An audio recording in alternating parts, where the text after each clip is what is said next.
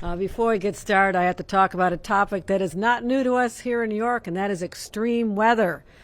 I want to give everybody an update. We have, as you noticed, we had an literally unexpected tornado in Buffalo that tore the roof off a senior facility. We had heavy flooding and major travel disruptions in the New York City area, especially in the Bronx. And now that was just a teaser for what's coming. I don't want to be a Debby downer, but the forecast shows us that Tropical Storm Debby is about to lead to massive downfalls of rainfall all over the state of New York.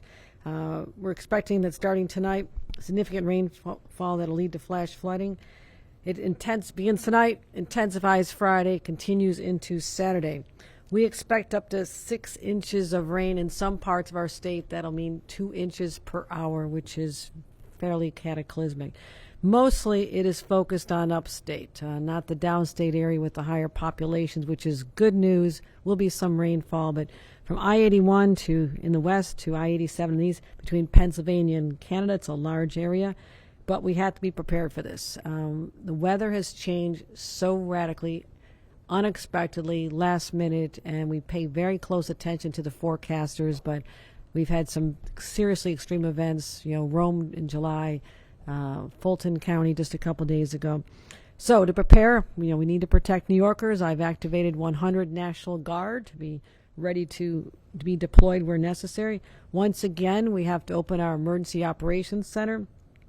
Utility operators, this is what happens with the heavy winds, the rainfall. Many times limbs snap the power lines, resulting in power outages. We have over 5,500 utility personnel ready to be deployed, again, because we don't have specificity on exactly what part of the state is going to be hit and when. We're trying to monitor this as closely as possible, that we have to be as prepared as we can, ready to send out the reinforcements as necessary.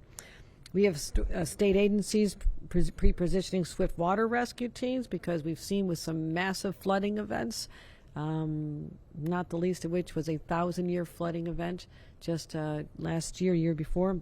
We have to be ready to rescue people. And also, to be really on top of this, we're releasing some water from some of the reservoirs already. The Hudson River Basin, from the Stillwater Reservoir, and the Black River Basin as well. We're also in the canal system, lifting movable dams from Rotterdam to Fort Plain to manage the volume of water in the Mohawk River. So this will close it off to ships and boats for the duration of the storm.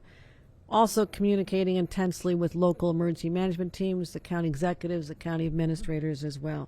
So this seems obvious, but we're calling on everyone to really monitor the weather in your area. Watch for those cell phone messages that can go off. The National Weather Service will alert people as to the extreme weather that's happening. And flash flooding.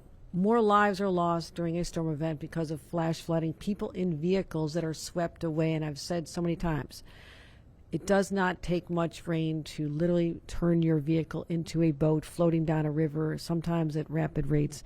So make sure you're ready. If you're in a flood-prone area, stay out of your vehicles if you can. That's my best advice during the intense periods. Have your to-go bags ready. Have an evacuation plan. And again, we want to make sure that we stay closely attuned to the weather forecast. Be ready to go to safety if necessary.